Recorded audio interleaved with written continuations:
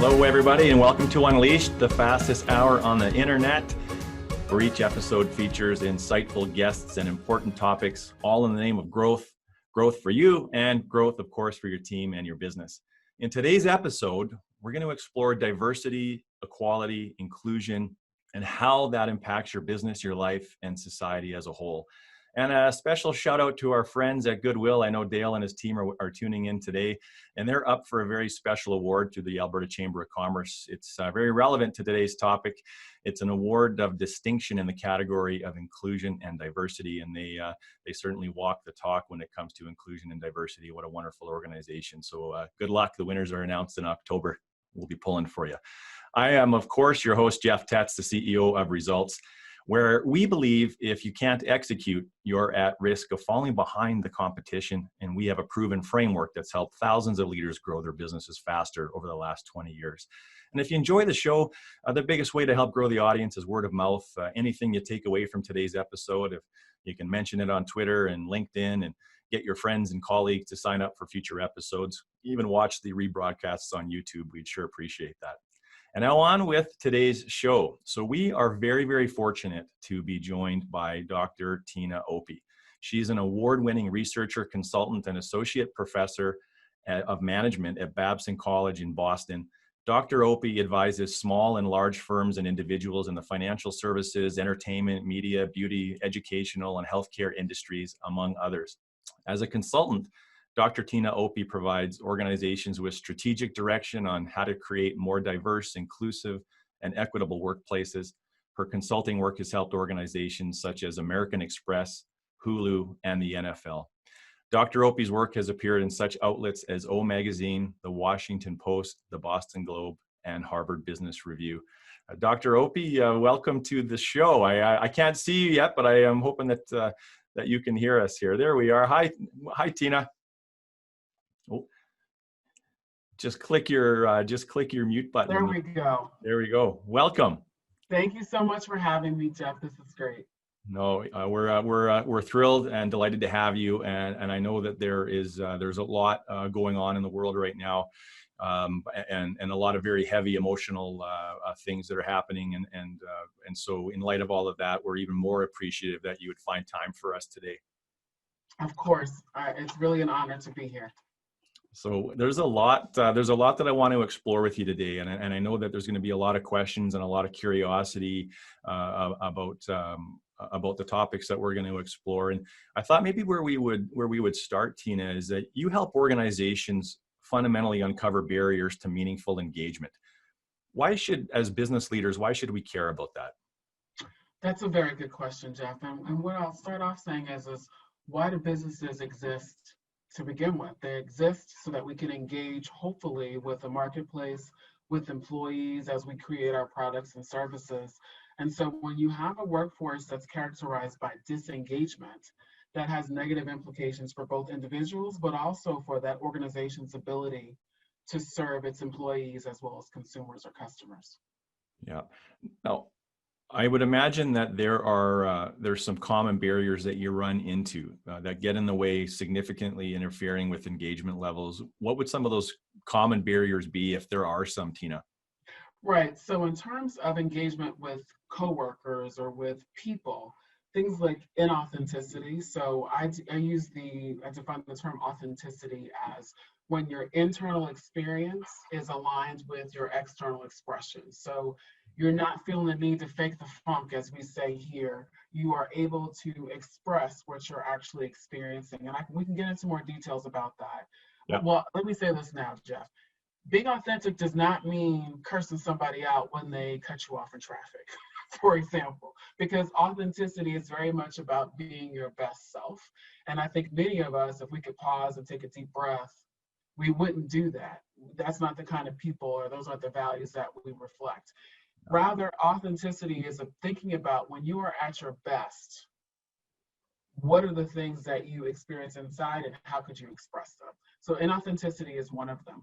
A second is fear and distrust. So you may be afraid that someone is going to hold something over your head. You might not trust that person, that person has your best interest at heart. So you might not want to engage with them.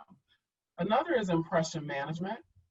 So just the concern that if you engage with someone or you discuss something that might be a little controversial, that this you might not seem as professional or polished as you want to present. And then in terms of engaging with the work, boredom can be one. So you might not want to engage with a task that you just think is ridiculous. And you know, we'll never be bored listening to you, Jeff. But there might be some people working at organizations where they literally hate the day in and day out grind. And there are many others, but those are the ones that are most salient for me right now. Yeah, and there's actually, you mentioned more than I think I would have guessed. And so the first thing I start to think about, Tina, is that could seem awfully confusing if there was a customized approach to dealing with all of it. And so I know that oftentimes there's not a one size fits all approach to solving all the issues that kind of rise up and cause barriers to engagement between Right. relationships. But you've got a really interesting framework, and that's probably a good lead in. Your methodology, you refer to it as shared sisterhood. And Yes. as soon as I saw that, when we first started talking months ago, I thought, okay, well, this is only for women. And when the title of the episode came out, I had certain male colleagues and friends had reached out to me and said, is that a female targeted episode? And I said, heck no, this is for everybody. And we need people to understand what this means. So I'd like for you to maybe walk through what shared sisterhood, what does it mean, Tina? And then what is the methodology itself? Okay, sure, Jeff. Thank you for that. So, shared sisterhood is a term that comes from about 15 years ago. There was a conference that I went to, and we were literally, it was just a term that was being bandied about. There was not sort of a theoretical or academic underpinning. And then what I did was I began to write up what that means. And so, shared sisterhood, the way that I define it, and one of my co authors, Beth Livingston, is a process that we can use to build authentic relationships. So remember the definition of authenticity that I just gave. So this is an interpersonal idea where I am able to connect with you in an authentic way by focusing on four things. And those things are vulnerability, empathy, trust, and risk taking. So what we hypothesized and what we actually have found in some empirical research as well as some anecdotal research, and I can talk to you more about the shared sisterhood community that we have created online, which is roughly 5,000 strong. So that is the process that we use. Now when we look at the shared sisterhood process, I divide it into two processes, dig and bridge. So this initial work, the idea for shared sisterhood came about because I looked at the world and I said, in particular, I was focusing on workplace dynamics because I'm an organizational behaviorist. So that is the context that I study. And I wondered, why haven't Black women and white women, and I know that racial labels are different in Canada, in the United States, in the workplace, Black women and white women have been the largest demographic of working professional women. And many of them identify as feminist or womanist. And yet, that category, that label doesn't seem to be strong enough to cause those demographics, those two groups, to come together and focus on things that affect both of them, like gender inequity or pay inequity. And so shared sisterhood was an opportunity to look at that. And the dig process came about because what I found is when I tried to enter into conversations with white women in particular, we weren't entering the conversation at the same point. So we would have debates about definitions. So what is race? Is race real? What is racism? Can Black people be racist? What is sexism? Can women be sexist?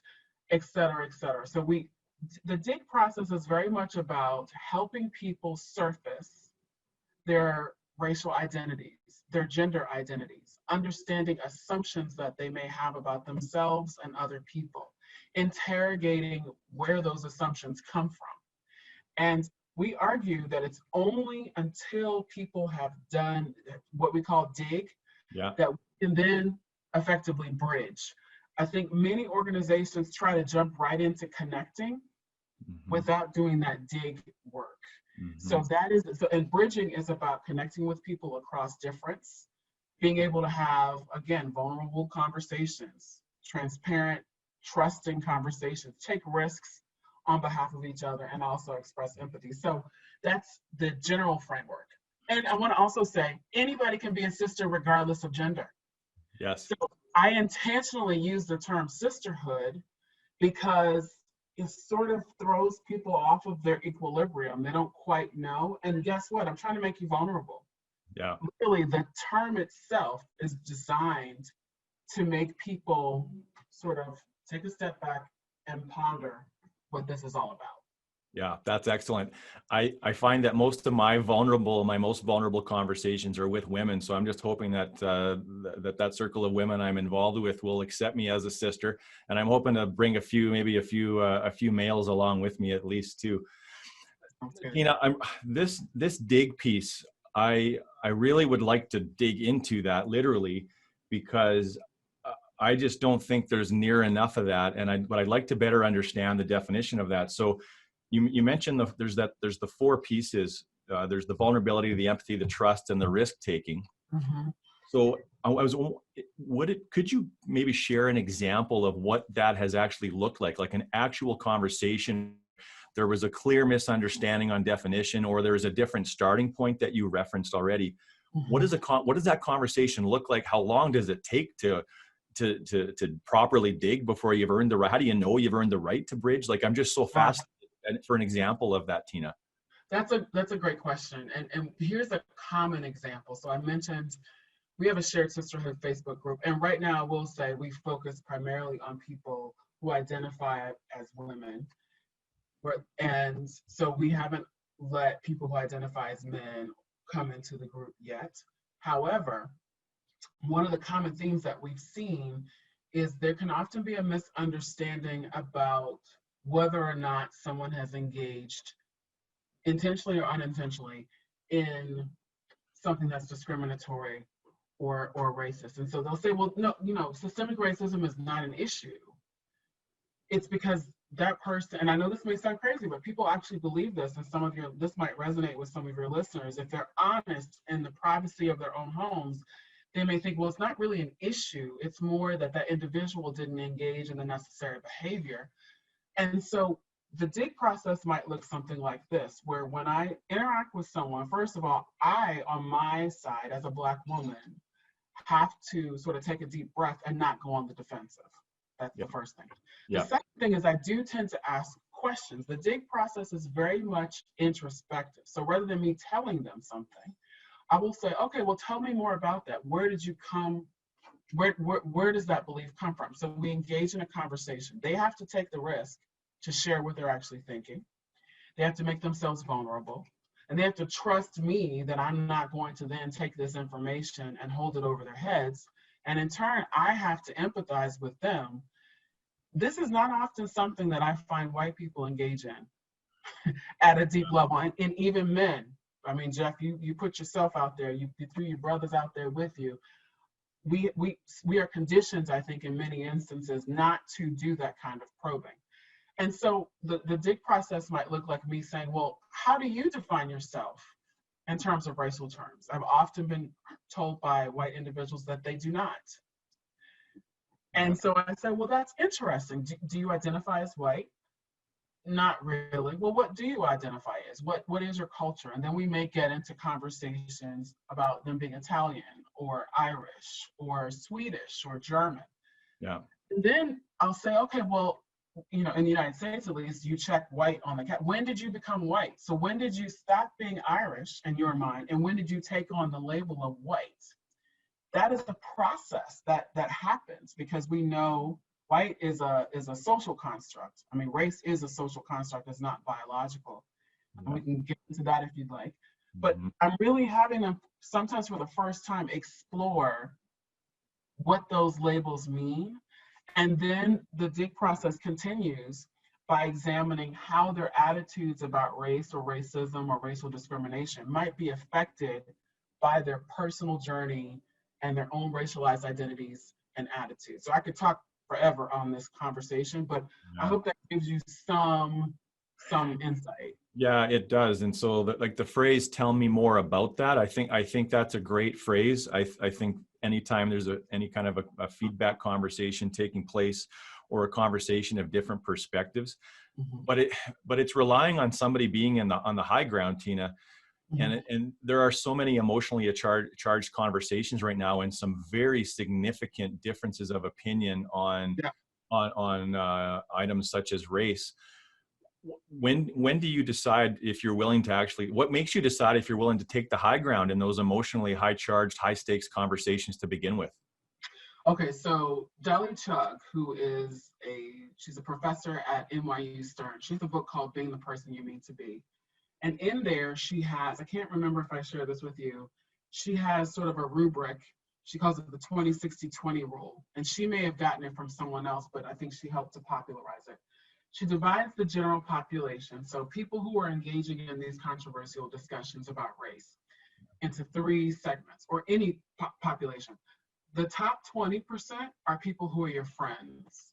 Those are people who, no matter what, that's your mother, your father, your siblings who love you. They're in your corner. They generally agree with you. The bottom 20% are your foes.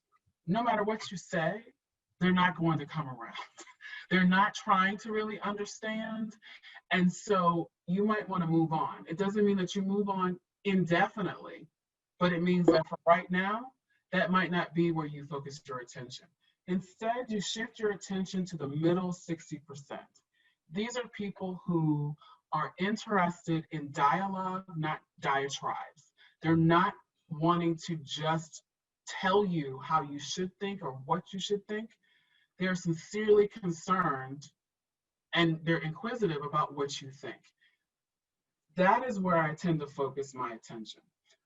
So in terms of to a second follow-up to your question is, how do you identify who you can talk to? It's people who are open to what if. And this is another question, you talked about my question or my approach. Tell me more about that. Another one that I have is, what if it's true? So there are some times where people are vehemently confident. They're really confident that they're right. And then I present an alternative and they want to reject it.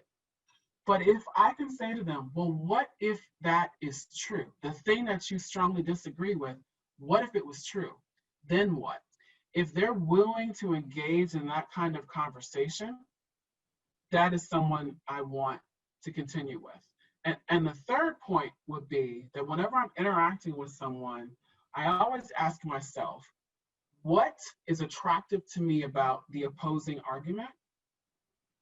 And what am I uncomfortable about with my own argument? So what you're trying to do is open a space of common ground and by engaging in divergent opinion. So those are three quick tips or things that I would encourage people to keep in mind as they have these conversations. Yeah, that's very specific, very helpful. The last piece of that, trying to ask yourself what is attractive about the other person's perspective. Mm-hmm. I can already think of a handful of conversations I've had in the last 5 days that if I would have stepped back and asked myself that very question, I think my demeanor and my attitude towards the conversation would have changed significantly. Right. And Jeff, I will say there's a caveat, because there are some points, I've been engaged in conversation with some people who think that because I am a Black woman that I don't have a right to express, to basically be here. That's the boundary. I will not engage in a conversation with someone who questions my very humanity. Yeah. I think that's important. What I will do is I'll tag team.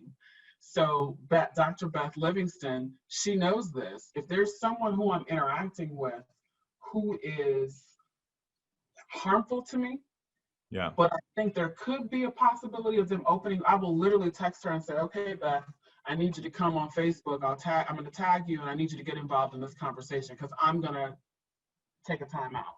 Mm-hmm. Because this person is questioning so it doesn't mean that the conversation has to end, but it means that I might not be the best person to deliver that message. Right. Is it possible to have these kinds of conversations on social media, or do these have to be actual deep conversations with people in person, or in a platform like this where you've actually got time to dig into the topic at hand? Mm-hmm. Well, I hope that it's possible to have it on social media, because that is honestly the way that we've built the Shared Sisterhood community. It's been online. We're leaving one platform and going to Mighty Networks, which is a platform that's woman-led, woman-founded. So I'll be using that platform. But the idea is that we create a number of environments. So one of the blessings of the approach that I take at Opie Consulting Group and with Shared Sisterhood is I'm a trained professor. So I'm trained in pedagogy in terms of how people learn, but I'm also a consultant. And so I can apply that. And so what that means is we'll have one platform, but I've also created affinity groups for people to do the dig work. So some people might find this odd, but I created affinity groups by self-identified racial ethnicity. So that means there's a place where Black women can go to do the dig work. There's a place where white women can go and do the dig work, so that we can sort of hold each other accountable and then come back to the larger group. Mm-hmm. So what we're doing is creating intimate environments, micro spaces sort of, to do dig work. And then we do the bridge work. We may have videos. I have a curriculum that I'm developing so that people can work on one-on-one. I encourage journaling. So I guess the social media can work, but there's, tweeting back and forth to someone is probably not going to lead to the most intimate environment, but there are ways to use social media to facilitate those conversations. Yeah, and the notion of an affinity group, even if you're coming from opposing perspectives or different points of view, you're acknowledging that you want to learn and grow and you want to explore divergent thought and opinion. So I can see why that would be impactful. Tina, what about, so if you recognize that you may have a relationship with someone and they're quote unquote a good person, but they share very different views than you, and I think we all have people in our lives that we really like and admire, their friends, their family. We have very different views. I think the tendency, at least for me, is to say their view of the world is wrong on certain subjects. How do we navigate that? Because if we all walk around thinking that somebody else's view is wrong, we're going to be closed-minded and immovable. But there are certain subjects right now, race being the number one, where there seems to be so many conversations taking place where they seem wrong. How do we bridge those topics when we think that the person is probably reasonable, but their views are wrong or appear wrong?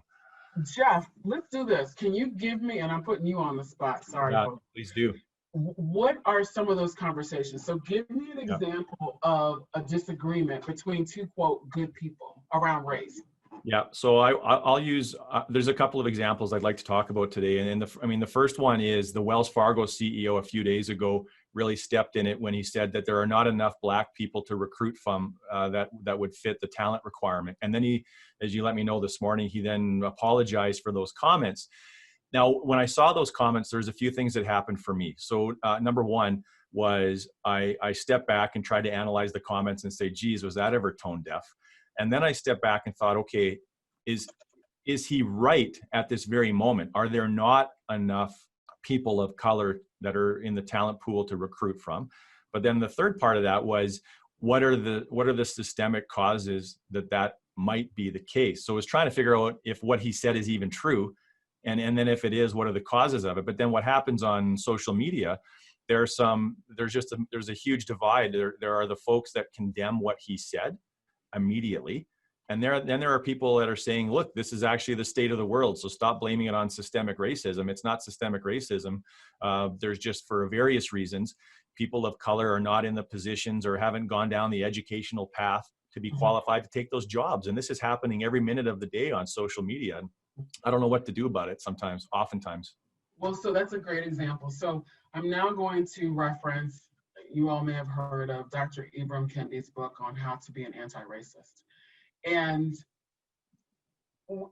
I think it's important to set a context. So I think you raised a fair question. Some people, the pipeline argument has been used in every single field that I've worked in, studied, or considered. And the pipeline argument goes this way.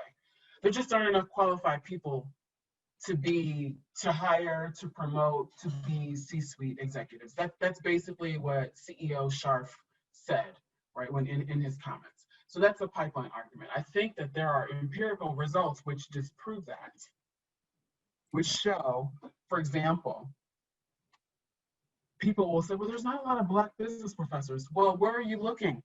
Have you heard of the PhD Project, which is the organization that wants Black, Latinx, or Indigenous people in the United States are admitted into a doctoral program, they're then engrafted into this organization. So, but many people don't know about the PhD Project. I went through the PhD Project. So someone could rationally think there aren't any Black professors, but that's, or Latinx or Indigenous, but that's because they have not done the due diligence to find them. The other question is how are you defining qualified? So in job descriptions, it can seem objective. One example is whoever, in order to be promoted to full professor, you may have to have 30 years of experience in this particular field. Well, let's rewind to the 1950s. There were not a lot of women in the 1950s who had 30 years of experience. Why? So technically they didn't have that experience, but the job description was systematically excluding entire people groups. And does it mean, somebody may say, well, if you don't require 30 years of experience, you're gonna say 10, now you're lowering your quality standards. Are you really? Let's ask yourself, what are you trying to get at? What is a different, 30 years of experience? Might that person actually be inculcated in a way of thinking that is now passé? Yeah. Don't you want innovation and creativity? So where is the balance that you can find between experience? And I'm not saying that people who've been in a position for a longer time or who are older are less innovative, but what I am saying is and there's research to show this, the longer you do things in the same way, the more resistant you are to change. So I don't know if that example helps you, Jeff, in terms of some specific examples of how, one, we need to improve our networks, but also we need to look at the systems that we have in place. And what Kendi says is that if you say the pipeline is poor because of Black people, their individual behavior, but you fail to look at the systems in which they're operating, and what you're saying is that there's something inherent in Black people, there's something biological about them that leads to this pipeline issue. And that, Jeff, and I'm gonna pause, but that is racist. That is the definition of racist, where you think that there is something biologically different about me as a Black person that makes me less qualified or able to ascend. So it's either resting in the Black person, or is there a system that's in place that values certain attributes that advances other people before Black people. And the third thing is in order for that argument to be correct, CEO Scharf is implying that all of the white people who are in those positions, those executive positions, were the most qualified to be there. Yeah. And I'm sorry, but I think we're seeing on the political scene that you can be in a really high and powerful role and not be qualified to be there. Absolutely. Absolutely. And when you and I were discussing that very topic a couple of weeks ago, that was a big paradigm shift for me, was to analyze all of the white people in positions. Like we talk about, equal opportunities for employment and whatnot, and affirmative action. And the argument I always hear on affirmative action, for example, is that, well, why would we want to promote somebody that's not qualified? Right, just for the sake of diversity, and yet we're surrounded by people that have been promoted into a level of incompetency every single day. It's a huge problem in most organizations if they have more than 50 or 60 people. Yeah, and I'll say, so affirmative action, and I'm US centric, so forgive me. I know I've crossed the border. I'm sorry if I'm offending Canadians. But a lot of my research is done in the United States. And in the United States, I'm curious if your listeners want to chat and answer. I can't help it, I'm a professor, this is a pop quiz. In the United States, what group benefits the most from affirmative action? I'm just curious, and maybe others can sort of monitor that, because I'm very curious to know what group benefits the most from the affirmative action in the United States. And maybe people are too afraid to say anything. You But told me the answer, so I didn't want to exactly. let the cat out of the bag just yet. And I think the answer surprised you, and it surprises most people, but that's because what we're doing is believing a narrative before. So, okay, Jeff, Allison guessed it. Yeah, and another. Allison, She's a hi, fellow Allison. American professor, as you know. Yes, I know Allison. And she's right, it's white women. And some people may be saying, what? If affirmative action applies to corporations, but in particular the federal government. And so in terms of federal contracts, white women have been the group throughout history that have benefited the most from affirmative action. And yet they are not the face of affirmative action. I am. Black people are the face of affirmative action. And I think questions like, well, why might that be?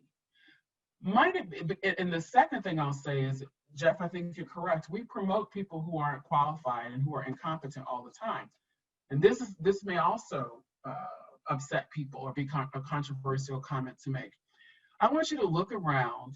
First of all, there are not that many Black people who are in CEO positions or who are in the C-suite right now. We're better than we were 20, 30 years ago. But when you do see Black people, when you see a Ken Chenault or an Ursula Burns, are they incompetent? Or are they in fact, perhaps, they've had to navigate a world, they've had to swim upstream like salmon. Is it possible that when people have to swim upstream and navigate a potentially hostile world, that they develop skills that people who don't have to navigate that do not develop? Yeah. So it might those unique skills help them to become better CEOs than people who haven't developed this. And this is not about race. I'm not saying that Black people are better. I'm saying that people who women, if you look at a woman CEO who has had to do the work and also address the fact that there may be sexism, might she have some skills that her male counterparts have not had to develop? Yeah. And so in many instances of what I've seen somebody might chat and be able to share empirical research, I find a lot of the women CEOs are outperforming the male CEOs. And I'm sorry, a lot of the Black employees are outperforming their white employee counterparts if we look at their work objectively. So I know and that's because they have had to navigate a more hostile landscape, and that can lead to skills like resilience that others might not have.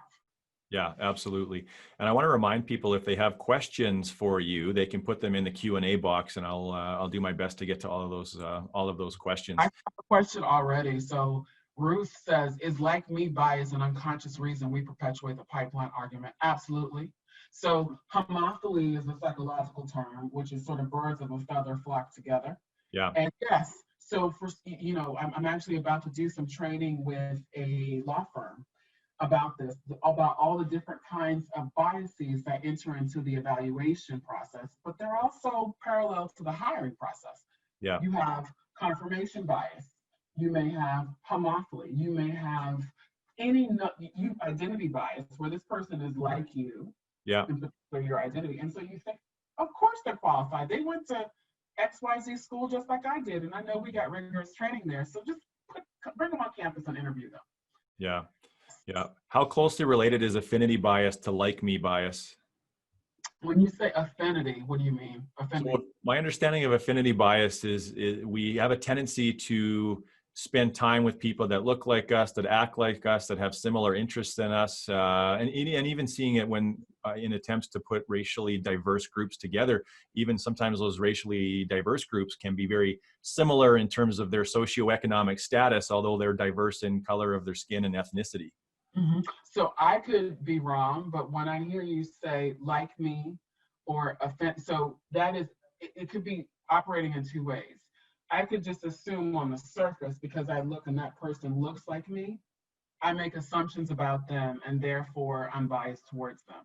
Or it could be that I've actually had interaction with someone that I like, and therefore I'm biased towards them. So in either, they may be under a larger umbrella of homophily. We're similar, in some way, either in terms of values or in terms of identity. Yeah. But they're related to each other, I think. Yeah. So Tina, I want to make sure that when this hour is over, people feel more equipped to go and start having uncomfortable conversations with people. And I think that I think you've done a really good job articulating a lot of the dig process and methodology. I wonder if there's a bit more expansion on the bridge part. So how do you know when you've gotten to the point where you've earned the right to go to the bridge? And how do we transition to the bridge part? And then how do we know we've had a successful bridging outcome? And then how do you, I guess, maintain that bridge on a go forward basis and nurture what you've created now, this new relationship you've created? Thank you, Jeff. So, I'm making a lot of comments that may make people uncomfortable. So, good. I hope. we have to be uncomfortable in these topics. If we're not, we're probably not paying attention. So let's say that we're talking about people who identify as men, all people who identify as men. And, or I should say this, people who have been in a power dynamic where because of their either presented gender or their identified gender, they have had some kind of benefit. And in the world, that is people who look like men, okay? They have potentially benefited from sort of systemic issues that may have prevented people who look like women from advancing. So in my opinion, men they don't get to decide if they have done dig to a sufficient level. Someone who's from that marginalized group needs to stamp that card. Yeah. So in my Shared Sisterhood group, there are some, I use race a lot, white women who want to say, well, I'm finished digging. I'm like, you don't get to say that. You need to have people who are not white telling you, you know what, I feel safe with you. I trust you. I would take a risk on your behalf. I feel like I can make myself vulnerable. If, note to self, if you think that you're finished digging, but nobody who's from the marginalized community concurs with that, yeah, you need to go back to the room and dig some more. And you need to ask yourself, why do I think that I'm finished? So it's literally this communal, interpersonal decision to stamp that card. In terms of the bridge section, asking yourself what you want to give to the other person, as well as what you hope to gain. So, and those two questions are important because sometimes I find people want to bridge with me, but it's not because they're trying to give me anything. They want to learn from my education. They want to feel better about their situation. So they're taking and taking and taking. And I've had to tell some of my colleagues, listen, there's only one of me. And I've had thousands of people literally coming to me asking me, can you give me a reading list? Why are your people responding that way? Well, we're not a monolith, so we're not responding all the same way to begin with.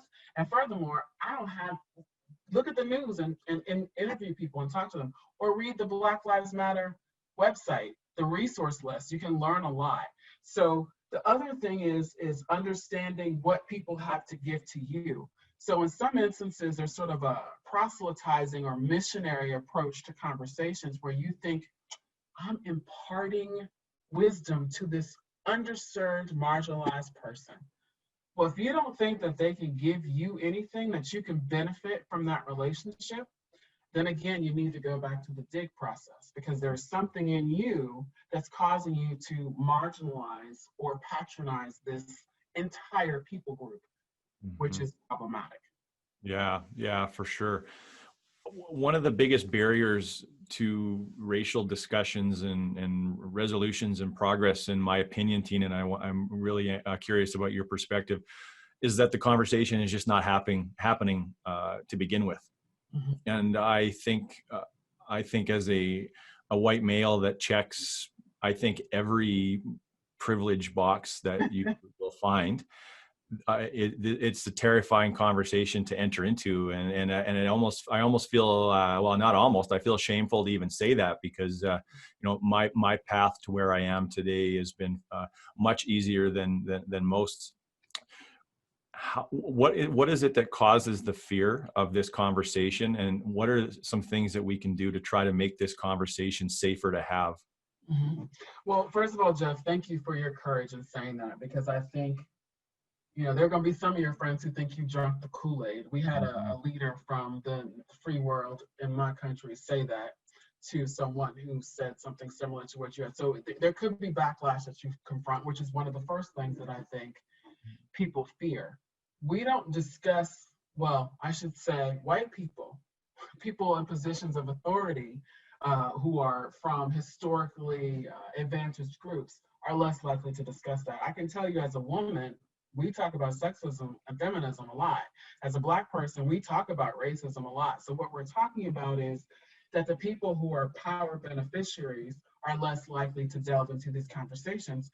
And I think concerns about backlash is critical. And again, I want to remind the audience, we're going to look at this at the individual level of analysis as well as the institutional level. So from an individual level of analysis, we want to be liked. And you're going to ruffle feathers when you say what you just said. Why? Because it goes against the overarching narrative with things like meritocracy. Just work hard and you get ahead. Well, Jeff, you just said, we all may be walking, but my path may be less difficult than somebody else who comes from a marginalized group. Mhm. That means that you may have some unearned advantage, Mhm.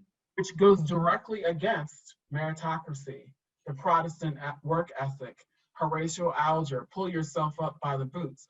It counters that. And then I think people say, well, now they're going to want to come get my unearned stuff. What is happening?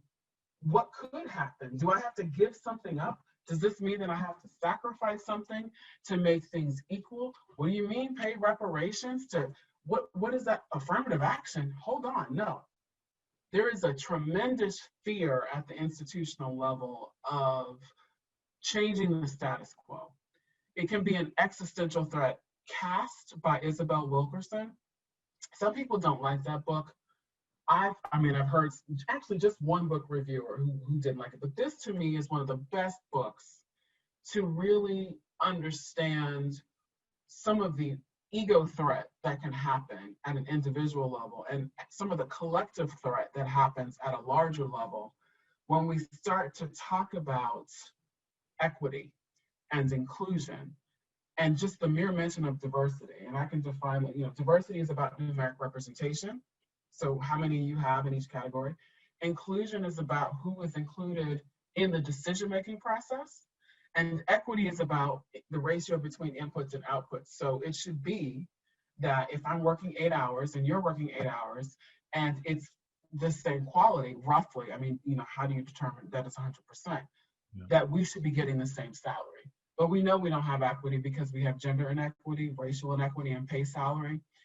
Even when you control or adjust for things like time on the job, status of the education you went to, et cetera, et cetera. So what we're basically saying is a man and woman may be working at the same level, but the woman is paid much less. And Yeah. Ruth Bader Ginsburg, may her memory be a blessing, was one of the people in the United States who helped to address that. Mhm. Yeah, thank you, Tina. And I think if you would have asked me 6 months ago what privilege meant, I would have told you it was a white male born into a wealthy family, and so that's been a major paradigm shift for me in this last handful of months, for sure, since the George Floyd incident. Yeah, we just have a quick reference point here. The book that you mentioned earlier by the New York author, was it The Person You Mean by Dolly Chu?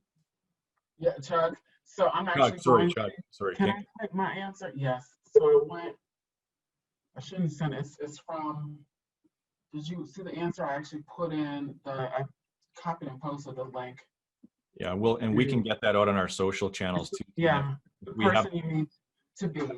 So that's the link. Okay. No, that's good.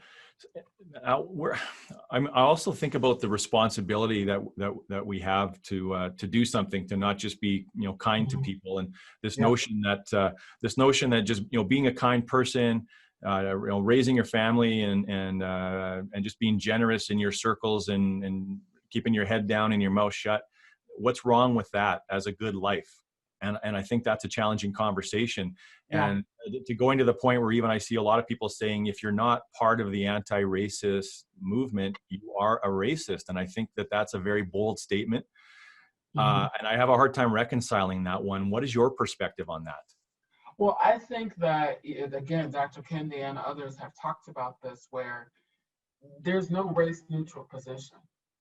So, I think part of the problem is we use the term good and kind because most people associate racism with the Klan, with the Ku Klux Klan or the Citizens Brigade, where they're going to come in with guns and they're going to kill somebody like me for trying to vote or for asking for just basic respect. So that's on a spectrum. So violence is one end of the spectrum. I think the way that you can reconcile this, though, is that there are things that you may have noticed that women experience that are different, that Black people experience, Latinx people, immigrant people, LGBTQIA people, any number of people who are from historically marginalized people groups. You may have noticed that and decided, okay, that's not really my business, it's okay. In that way, you are complicit with the racist experience. It's sort of like if you go down the street and you see someone being beaten to death and you don't do anything, you just keep walking, you don't call the police, you don't take out your camera behind a corner because you're scared and film it so at least there'll be evidence. You don't do anything, you just keep walking, you're contributing, you're not actually engaging in the behavior, but you're complicit. Because of that silence and that turning the other eye, you are actually helping that system to be perpetuated. And I think it's really hard for people to understand. But I will make myself vulnerable here and say, listen, I didn't grow up poor. And so my parents were well off, and now my husband and I are well off. Or my parents were middle class, and they provided for us so that my husband and our family could be even better off financially. So class issues, there may be a time where I'm not thinking about the fact, okay, we're in the middle of a pandemic, I'm trying to educate my child. I can hire tutors for my children. Other people from other classes might not. Do I speak up on their behalf or not? So I put that out there to say, rather than people getting defensive and saying, I don't have any privileges, most of us have some kind of privilege. I'm a Black, educated, Christian woman living in the United States who's well off financially. There's some privilege embedded in that. Yeah. And do I take that and help other people who might not be as privileged as I am? That to me is a critical conversation for us to all have as individuals. Yes. Do you have any suggestions or tips on how somebody can become more aware of their blind spots, their biases?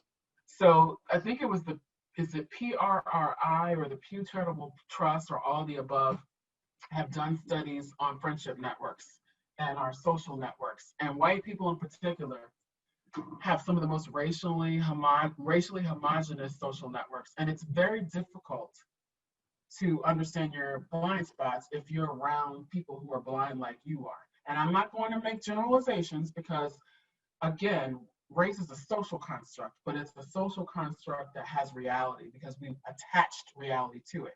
So I think exposing yourself to people who are different than you, reading about, when was the last time that you read a novel that wasn't written by someone like you? Or watched, I never watched the show Friends because I was so offended. I'm like, you guys can't. Aisha Curry, I think, came out on the end. I was like, y'all can't find any Black people or Latinx people in New York? Come on, people. This was intentional to me. So are you surrounding yourself with people who look like you or not? Are you only surrounding yourself with yes people, or do you have people who will get into a divergent discussion with you and you can still be friends afterwards, or where both of you learn something? So I think intentional and not tokenizing people. So listen, if you go up to a strange a person you don't know who's Black and say, Dr. Tina Opie told me to say hello and introduce myself so you can help me get rid of my blind spots. That is not what I said. That won't work. Yeah, that is not what I said. What I'm saying is do some introspection about how you can open your eyes and ears to different experiences. Yeah. And if you can develop an authentic relationship, again, remembering that you have something to learn from that person and you have something potentially to share, impart to that person, go for it. Walk across the room and introduce yourself.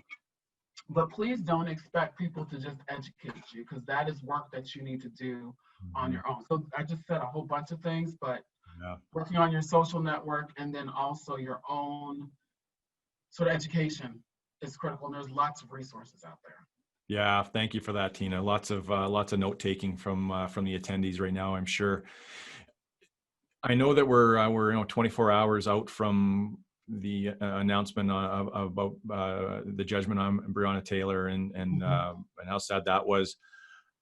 You have said in our conversations leading up to today that you are an optimist and you have hope for the future. And I thought that might be a good place for us to segue right now. Would be, what are the things that give you hope for the future, despite all of the challenges and strife that we're surrounded by?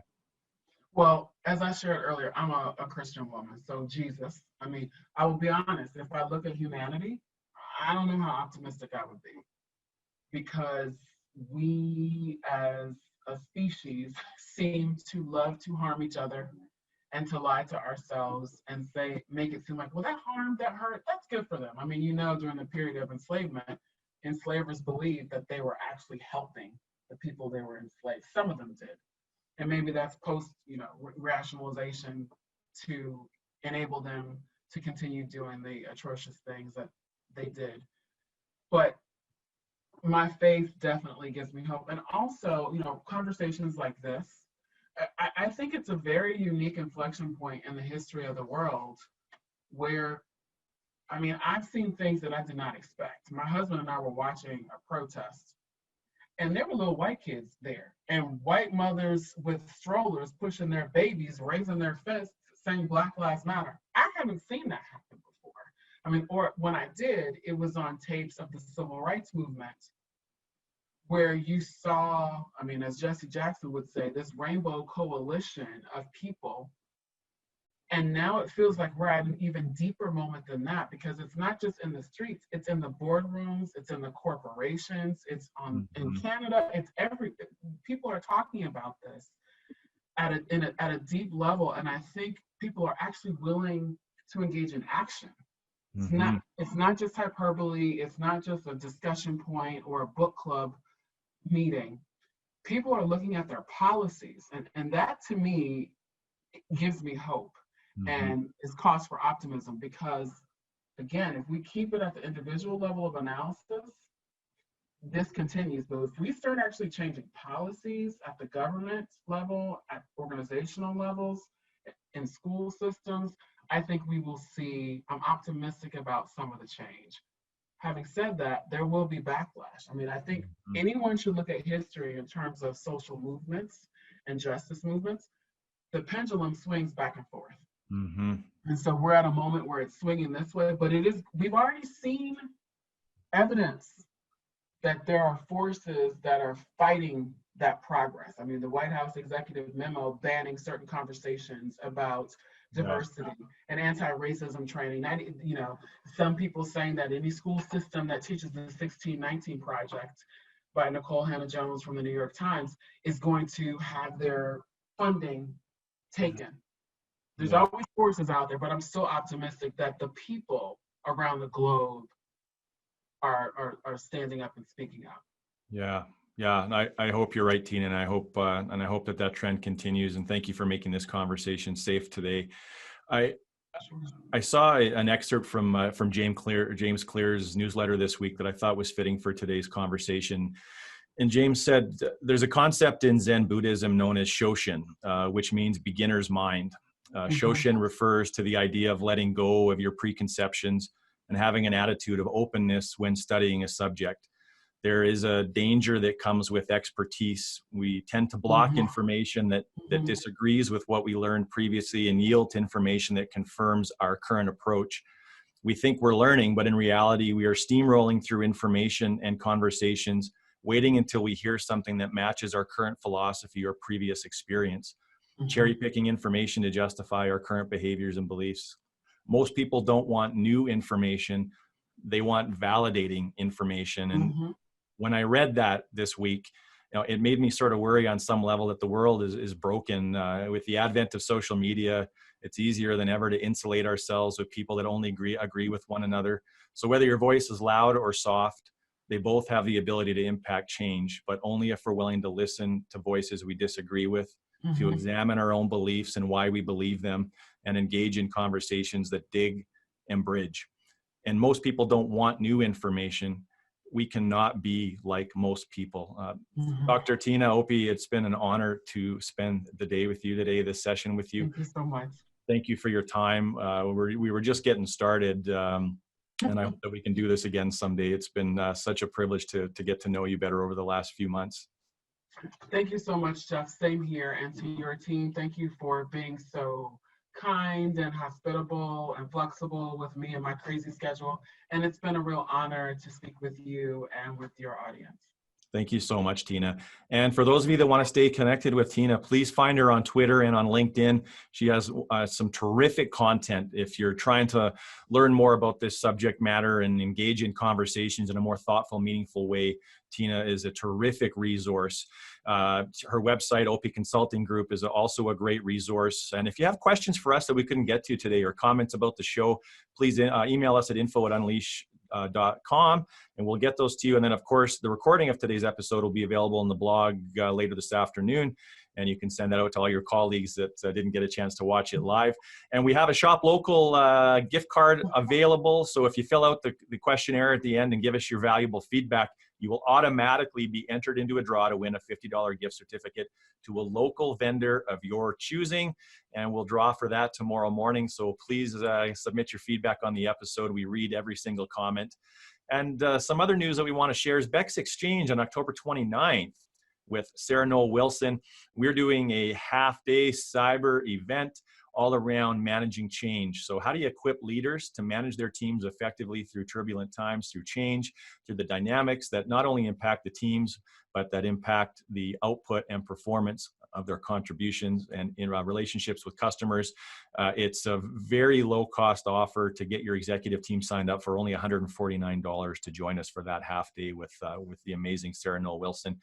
And then looking forward to other episodes. So next week, we're joined by Harvard professor Sheila Heen, and we're talking about feedback.